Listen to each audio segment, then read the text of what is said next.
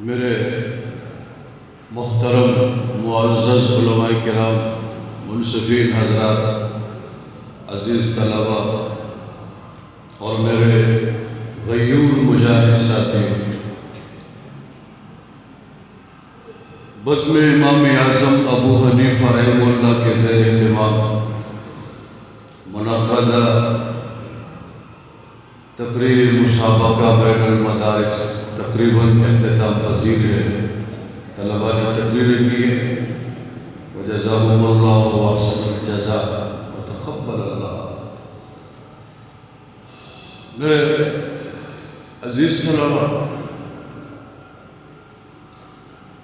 آج کی یہ محفل خالصتاً تقریر کے عنوان سے معلوم ہے۔ میرے غیور مسلمان بھی بیٹھے ہوئے ہیں، دونوں کا خیال رکھتے ہوئے مختصر گفتگو کرنی پڑے گی، کافی وقت گزر چکا ہے۔ یہ حقیقت ہے کہ بیان و تقریر اور وعظ و نصیحت ایک اہم دینی شعبہ ہے۔ یہی وجہ ہے کہ ہمارے دینی مدارس اس شعبے کو بہت توجہ دیتے ہیں۔ مدارس میں جہاں علماء تیار ہوتے ہیں وہاں خطباء بھی تیار ہوتے ہیں، اور یہ میں بس ابھی میں کل کہنا چاہ رہا ہوں، یہ انبیاء کرام علیہ التسلیمات کی سنت ہے، انبیاء کرام علیہ التسلیمات کا شعر، ہر نبی خطیب، ہر نبی داعی، ہر نبی مبلغ۔ آج اللہ تبارک و تعالیٰ نے اس شعبے کی ترویج کے لیے، اس کی اشاعت کے لیے اور اس کی حفاظت کی اللہ تعالیٰ نے مدارس کو چنا ہے۔ جب یہ ایک اہم شعبہ ہے، اس کی اہمیت ہے، تو وہ چیزیں جو اس کے لیے ممد اور معاون ہیں ہم ان پر بھرپور توجہ دیں۔ یہ آپ جانتے ہیں کہ تقریر ایک مشکل فن ہے، کوئی آسان نہیں ہے۔ اسٹیج پہ آ کر بات کرنا، الفاظ کا انتخاب کرنا، مجمع کو کنٹرول کرنا کوئی آسان کام نہیں ہے۔ بڑوں بڑوں کی یہاں ٹانگیں کھام جاتی ہیں، پسینے چھوٹتے ہیں۔ تو اس کے لیے ہمیں وہ چیزیں دیکھنی پڑے گی جو اس کے لیے ممد اور معاون ہو، تاکہ جس مقصد کے لیے ہم بیان کریں وہ مقصد برابر ہو۔ تقریر چونکہ ایک نیکی ہے، اور آپ کے علم میں ہے کہ ہر نیکی کے لیے شرط اول اخلاص ہے۔ کسی بھی نیکی میں اخلاص نہ ہو بیکار ہے۔ تو مقرر اور خطیب کے لیے میں طلباء سے خطاب کر رہا ہوں، ان کے لیے ضروری ہے کہ ان کا ایک ایک حرف، ایک ایک لفظ، ایک ایک جملہ اخلاص میں ڈوبا ہو۔ کیا پتہ مقرر کے زبان سے نکلا ہوا ایک جملہ بے نمازی کو نمازی بنائے، روزہ خور کو روزہ دار بنائے، بخیل کو سخی بنائے، اور دین دشمن کو دین دوست بنائے۔ جب اخلاص نہیں ہے تو اگلے پہ تو اثر نہیں ہوگا۔ دل سے جو بات نکلتی ہے اثر رکھتی ہے، پر نہیں طاقت پرواز مگر رکھتی ہے۔ دوسری چیز جو بہت اہم اور ضروری ہے، مواد ہے۔ مواد یہ تقریر کی روح ہے۔ خطیب کے لیے، واعظ کے لیے، مقرر کے لیے چاہیے کہ مواد جمع کرے، اس کی تقریر مواد سے خالی نہ ہو۔ تقریر میں آیات ہو، احادیث ہو، صحابہ کرام علیہم الرضوان کے حالات واقعات، تابعین، تبع تابعین، اولیاء اللہ، صوفیاء، اتقیاء، ان کے حالات واقعات ہو، اشعار ہو، لطائف ہو، تب جا کر اس میں تقریر میں جان آئے گی۔ اگر کسی کے بیان میں مواد نہیں ہے، نہ آیات ہے نہ حدیث ہے، اور کسی اخبار کو دیکھ کر کوئی مضمون یاد کر کے سامنے کھڑا ہوگا، سامعین پہ اچھا اثر نہیں پڑتا. اس لیے ضروری ہے خوب تیاری کریں. مواد تیاری ایک ہی چیز ہے، خوب. یہ امریکہ کے ایک صدر گزرا، اس کا نام ابراہیم لکھا گیا. صحافی بڑا خطیب تھا، اسپیکر تھا. کسی صحافی نے پوچھا کہ اگر کسی مجلس میں آپ کو بولنے کے لیے کہا جائے کہ آپ نے صرف 10 منٹ بات کرنی ہے، آپ اس تقریر کے لیے، اس مضمون کے لیے کتنی تیاری کریں گے، کتنے دن؟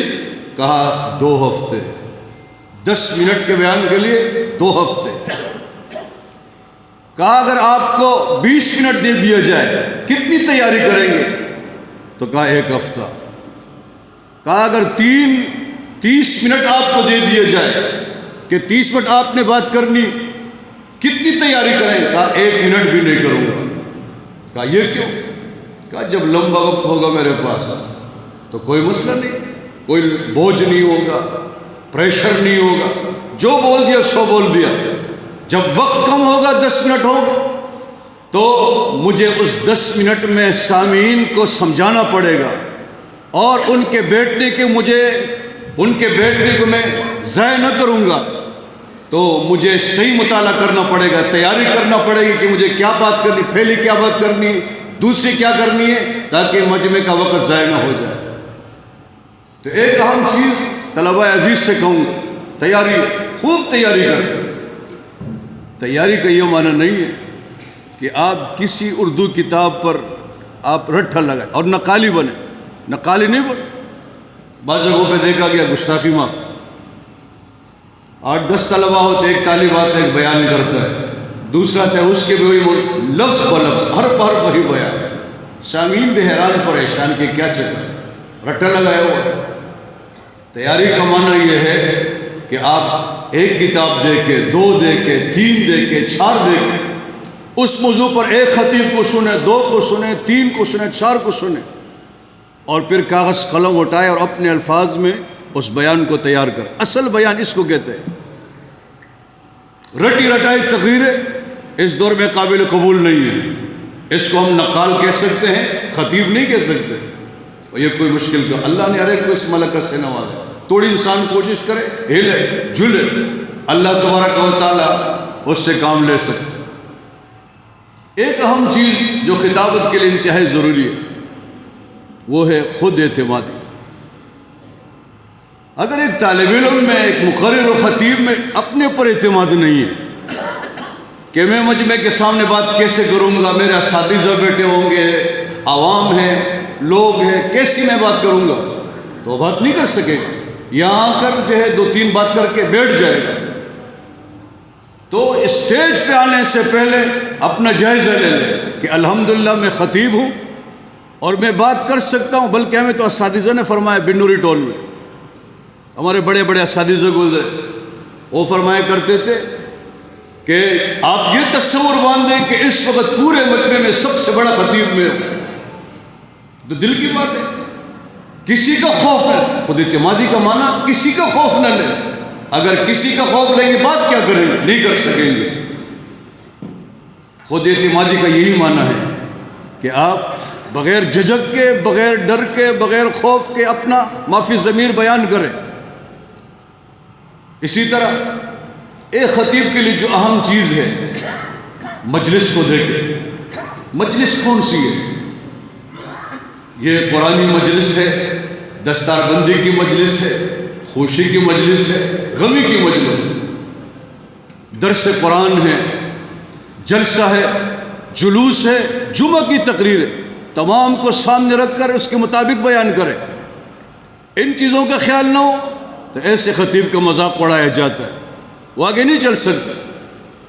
مثلاً ابھی درس قرآن کی مجلس سے کسی نے کسی خطیب کو بلایا کہ آپ ہمارے ہاں درس قرآن دے دیں، اور جناب وہ پرجوش شروع ہو گیا، خطیب بن گیا. اچھا نہیں لگتا. ایسے موقع پہ ان کو اپنے اکابرین کو دیکھنا چاہیے کہ ہمارے اکابرین درس قرآن کس طرح دیتے ہیں، ترنم کے ساتھ، طرز کے ساتھ، دھیمے انداز سے، تاکہ قرآن اپنا اثر دکھائے. یہاں درس قرآن اور جوش اور جذبہ عجیب سا لگے گا. اسی طرح یہ غمی کی مجلسیں، فوتگی ہو جاتی ہے، بیانات ہوتے ہیں، پروگرام رہ گیا اس سے پہلے یا جنازے کے وقت میں، اور ایک خطیب کو لایا جائے اور وہ لطیفے سنانا شروع کر دے، لوگوں کو ہنسائے، شادیوں کی باتیں کرے، 4 شادیوں کی باتیں کرے، 3 شادیوں کی باتیں کرے. لوگ کہیں گے یہ مسئلہ کیا ہے، یہ سننے کی بات ہے. اسی طرح شادی کا موقع ہے، لوگ شادی میں بیانات کراتے ہیں. میں ایک ساتھی کو جانتا ہوں، میرا دوست بھی ہے، KPK میں ہوتے ہیں. وہ کہتے جب مجھے کہا جاتا ہے کہ تم ہماری شادی میں آ جائیں کھانے کی، تو میں ان سے کہتا ہوں ایک شرط ہے، میرا وہاں بیان رکھ، میں باتیں کروں، پھر بھی آؤں. اصلاح ہو جاتی ہے. علماء کو طلب ہے کہ لوگوں کی اصلاح ہو جائے. لوگوں کو تو پتہ نہیں کیا کچھ ہو رہا ہے معاشرے میں.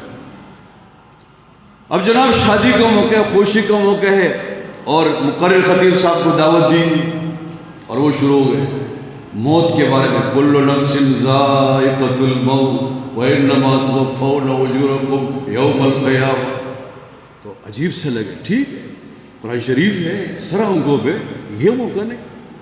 جیسے قاریوں کو بیچاروں کو بعضوں کو علم نہیں ہوتے، گستاخی میں علم حاصل نہیں کیا، شادی کا موقع تھا نا، شادی کا موقع، ان کو کہا جاتے تلاوت کرے، وہ بیٹھ جاتے، وہ کہتے یا ایھا الذین آمنوا استعینوا بالصبر والصلاۃ ان اللہ مع الصابرین. یہ موقع تو نہیں تھا.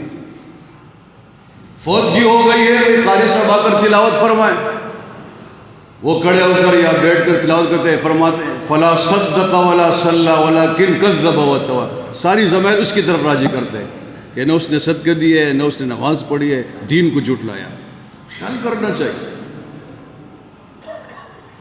جلسہ ہے اس کے مطابق بات، مجمع کو دیکھ کر بات کرے. اب چند آدمی بیٹھے ہوئے، میں ایک جگہ گیا، اچانک وہاں سے گزر رہا تھا، تو ایک مدرسے کا پروگرام تھا، چند طلبہ چھوٹے بیٹھے ہوتے. میں نے خطیب صاحب کو دیکھا، آنکھیں اس کی بند تھی اور وہ پرجوش انداز میں کہ خدا کی پن.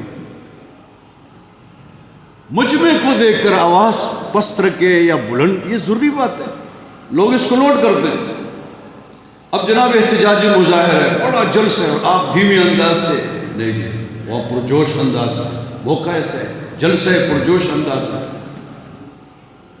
اشعار پڑھے جاتے ہیں جناب، اور جذباتی اشعار، جہادی اشعار، بڑے بڑے اشعار، اور جناب سر جھکائے ہوئے. ایسا نہیں ہوتا ہے. ارادے جن کے پختہ ہوں، نظر جن کی خدا پر ہو، ارادے جن کے پختہ ہوں، نظر جن کی خدا پر ہو، تلاطم خیز موجوں سے وہ گھبرایا نہیں کرتے. اس انداز سے جذباتی انداز، اشعار ایسے ہوں، اس انداز سے پڑھیں تو مجلس کا آپ خیال رکھیں گے، تو اس سے مجلس کے اوپر، مجلس والوں کے اوپر اچھا اثر پڑتا ہے. اللہ، چونکہ اس مجلس میں عوام کو بھی دیکھ رہا ہوں، ساتھی بیٹھے ہوئے، تو میں ان سے بھی 1-2 باتیں عرض کر دوں مختصراً، اگرچہ کافی وقت گزر گیا، منصفین حضرات بھی کافی تک گئے، کہ بیان سنا کرے علماء کرام کا. قرآن کریم میں اللہ فرماتے ہیں وَذَكِّرْ فَإِنَّ الذِّكْرَىٰ تَنفَعُ الْمُؤْمِنِينَ. یہ امر کسی کا مضارع سے بنا ہے، دوام ہے اس کے اندر. اللہ فرماتے بار بار بیان کرے، بار بار بیان کرے. اللہ خطیب سے کہتے تھے، کوئی بات آ رہی، خطیب سے، مقرر سے، مبلغ سے، داعی سے فرماتے ہیں وَذَكِّرْ، بار بار بیان کرے. فَإِنَّ الذِّكْرَىٰ تَنفَعُ الْمُؤْمِنِينَ، نصیحت مسلمانوں کو فائدہ پہنچاتی ہے. یہ قرآن شریف کا اعلان ہے. آپ علماء کے بیان سنیں، انشاءاللہ آپ کو فائدہ ہوگا، آپ کی نسل حافظ بنے گی، آپ کی نسل عالم بنے گی. میں نے اپنے بزرگوں سے سنا، یہ پکی بات ہے، جو شخص کسی بھی عالم دین کی توہین کرتا ہے، اپنا امام ہے، کوئی اور ہے، میں نے بزرگوں سے سنا اللہ اس کی نسل میں کسی عالم کو پیدا نہیں کرے گا. میں کہتا ہوں عالم کیا، حافظ بھی پیدا نہیں ہوگا. اس لیے علماء کو سنا کرے، ان کا ادب کرے. اس عمر میں 51 میں چل رہا ہوں، میں نے لوگوں کو دیکھا، اللہ کی قسم مفتی صاحب جنہوں نے علماء سے محبت کی ہے، یہ مجمع میرے سامنے کافی بیٹھا ہوا ہے، مجھے رب کی قسم ہے، میں نے اپنی زندگی میں دیکھا کوئی ان کا بیٹا حافظ ہوا، کوئی نواسا، کوئی عالم بنا، کوئی کیا بنا۔ ابھی چند مہینے پہلے کی بات ہے، مجھے ساتھی نے فون کیا، پہلے کراچی میں عثمان غنی محلہ میں تھے، KPK گئے، مجھ سے کہا الحمدللہ میرا بیٹا مفتی بھی بن گیا۔ میں نے اس کو کراچی اتحاد ٹاؤن میں دیکھا، علماء کے ساتھ اٹھتا بیٹھتا تھا۔ اللہ نے اس کے بیٹے کو نہ صرف عالم بنایا بلکہ مفتی بنایا۔ یہ سننے کی وجہ ہے۔ میں اپنے والد محترم کی بات کروں، گاؤں سے آئے، داڑھی منڈاتے تھے، رسماً رواجاً نماز پڑھتے تھے۔ کراچی ناظم آباد 2 میں ہمارے بزرگ تھے مولانا الہدا صاحب رحمہ اللہ، ان کے درس میں بیٹھے، شاید ایک درس لیا 2 لیے، بس زندگی بدل گئی۔ قرآن شریف پڑھا، ناظرہ پڑھا، ترجمہ پڑھا، حضرت سے ریاض الصالحین پڑھی، مشکات شریف پڑھی، اپنی ساری اولاد پر قرآن یاد کرا الحمدللہ۔ ایک عالم کا بیان سننے پہ میں دل کی گہرائیوں سے کہتا ہوں کہ جو بھی علماء سے محبت فرماتے، ضروری کہ ان سے کہیں محبت فرماتے ہیں اور دل کی گہرائیوں سے ان کا بیان سنتے ہیں، کم سے کم ان کی نسل میں، ان کے بیٹوں میں، بیٹے نہ ان کے نواسوں میں انشاءاللہ کوئی نہ کوئی ایسا حافظ عالم قاری بنے گا کہ کل قیامت کے دن وہ بیٹا، وہ نواسا اس کو ہاتھ سے پکڑ کر انشاءاللہ جنت میں پہنچائے گا۔ کیا خیال ہے آپ لوگوں کا؟ علماء کے بیان سنیں گے کہ نہیں سنیں گے؟ اس کے بڑے فائدے۔ جو لوگ آج علماء کرام کے خلاف بکواسات کرتے ہیں، آپ ان سے متاثر نہ ہو، بلکہ میں ایک طالب علم کے حصے سے عرض کرنا چاہوں گا، ان کے سامنے سر نہیں جھکا۔ جو بھی تمہارے سامنے کسی بھی عالم دین کے خلاف بات کرے، آنکھیں اٹھا کر اس کو جواب دو۔